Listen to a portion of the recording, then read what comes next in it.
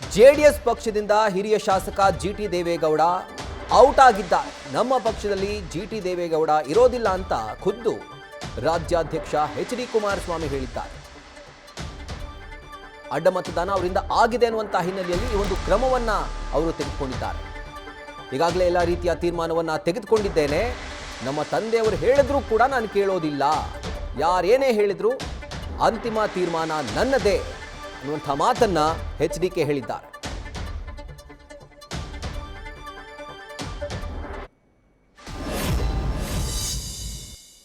ಹೆಸರು ಎತ್ತಲೇಬೇಡಿ ಬಿಡಿ, ನನ್ನ ಹತ್ರ ಅವ್ರ ಹೆಸರೇ ತರಬೇಡಿ.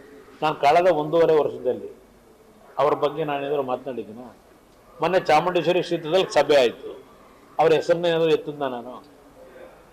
ನಾನು ಅವ್ರ ಹೆಸರು ಬಗ್ಗೆ ಚರ್ಚೆ ಮಾಡೋದೇ ಬೇಡ.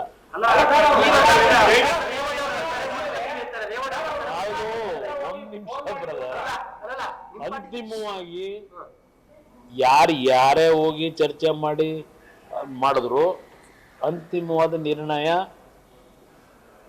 ನನ್ನ ಕಾರ್ಯಕರ್ತರ ಅಭಿಪ್ರಾಯಗಳೇನಿದೆ ಅದನ್ನ ಇಟ್ಕೊಂಡು ನಾನೇ ತೀರ್ಮಾನ ಮಾಡ್ತೀನಿ. ಅವ್ರು ಯಾರ ಬೇಕಾದ್ರೆ ವೈಯಕ್ತಿಕವಾಗಿ ಪಾಪ ಅವರವರು ಆತ್ಮೀಯತೆ ಏನು ಇಟ್ಕೊಂಡಿರ್ತಾರೆ ಅದ್ರ ಮೇಲೆ ಹೋಗಿ ಪಾಪ ಏನು ಚರ್ಚೆ ಮಾಡ್ಕೋಬಹುದು. ಆದ್ರೆ ಪಕ್ಷದಲ್ಲಿ ಅಂತಿಮ ನಿರ್ಣಯ ನಾನೇ ಮಾಡಬೇಕಾದಂತ ಅನಿವಾರ್ಯತೆ ನನಗೆ ಸೃಷ್ಟಿ ಮಾಡಿದ್ದಾರೆಲ್ಲ. ನಾನು ಎಷ್ಟು ಬಾರಿ ಹೇಳಿದ್ದೀನಿ ಅವ್ರ ಬಗ್ಗೆ ಚರ್ಚೆನೆ ಮಾಡಬೇಡಿ ನನ್ನ ಹತ್ರ ಅಂತ ಹೇಳಿದ್ದೀನಿ. ಯಾಕೆಂದ್ರೆ ನನಗೆ ಈ ಹೊಸದಾಗಿ ಅನುಭವ ಆಗಿರೋದಲ್ಲ, 3 ಬಾರಿ ಅನುಭವ ಆಗಿದೆ.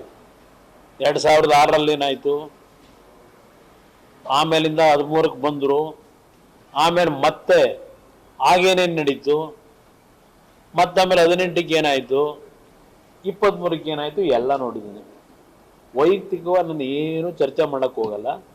ನನಗದ್ರ ಅನುಭವಗಳಾಗಿದೆ. 2006 ಪಾರ್ಲಿಮೆಂಟ್ ಅಸೆಂಬ್ಲಿ ಇಲ್ಲಿ ಬೈ ಎಲೆಕ್ಷನ್ ಆಯ್ತಲ್ಲ, ಅಲ್ಲಿಂದಲೇ ನನಗೆ ಅನುಭವ ಆಗಿದೆ ಅವ್ರು ಯಾವ ರೀತಿ ಇದ್ದಾರೆ ಅಂತ ಹೇಳಿ.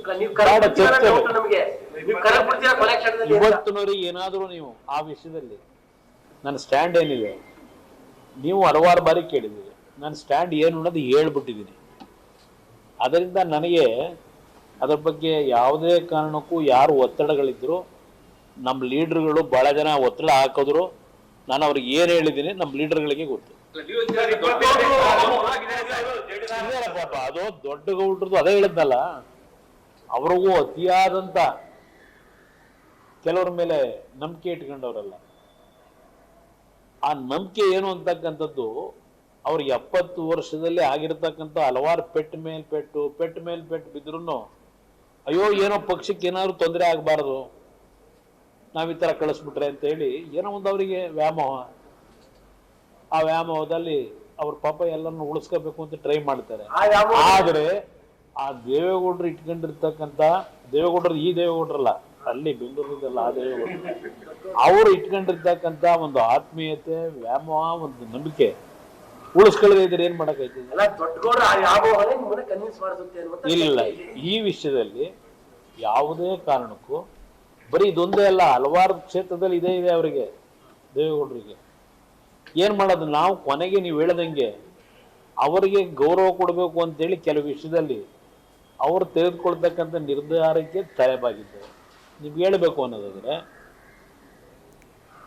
ನಾನು 1 ಬಾರಿ ತಗೊಂಡಂತ ನಿರ್ಧಾರ ಅವರ ಅಭಿಪ್ರಾಯಗಳಿಗೆ ವಿರುದ್ಧವಾಗಿ ನಿಮಗೆ ಗೊತ್ತು, 100 ಬಾರಿ ಹೇಳಿದ್ದೀನಿ 2006.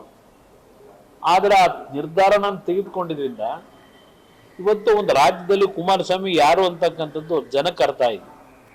ಅವ್ರು ತಿಳ್ಕೊಂಡಿದ್ದಾರೆ ನನ್ನ ನಡವಳಿಕೆನ. ಅದೇ ಇವತ್ತು ನನಗೆ ಹೋರಾಟ ಮಾಡ್ಲಿಕ್ಕೆ ಒಂದು ಶಕ್ತಿ. ಆಮೇಲಿಂದ 2007 ಕೆಲವು ತೀರ್ಮಾನಗಳಾದವಲ್ಲ, ಆ ತೀರ್ಮಾನ ಮತ್ತಿನ್ನೊಂದು ಆಘಾತ ಕೊಡಬಾರದು ಅಂತ ತೀರ್ಮಾನಗಳು ತಗೊಂಡೆ. ಅವ್ರು ಹೇಳಿದಾಗೆ ತೀರ್ಮಾನ ಮಾಡ್ಕೊಂಡೆ.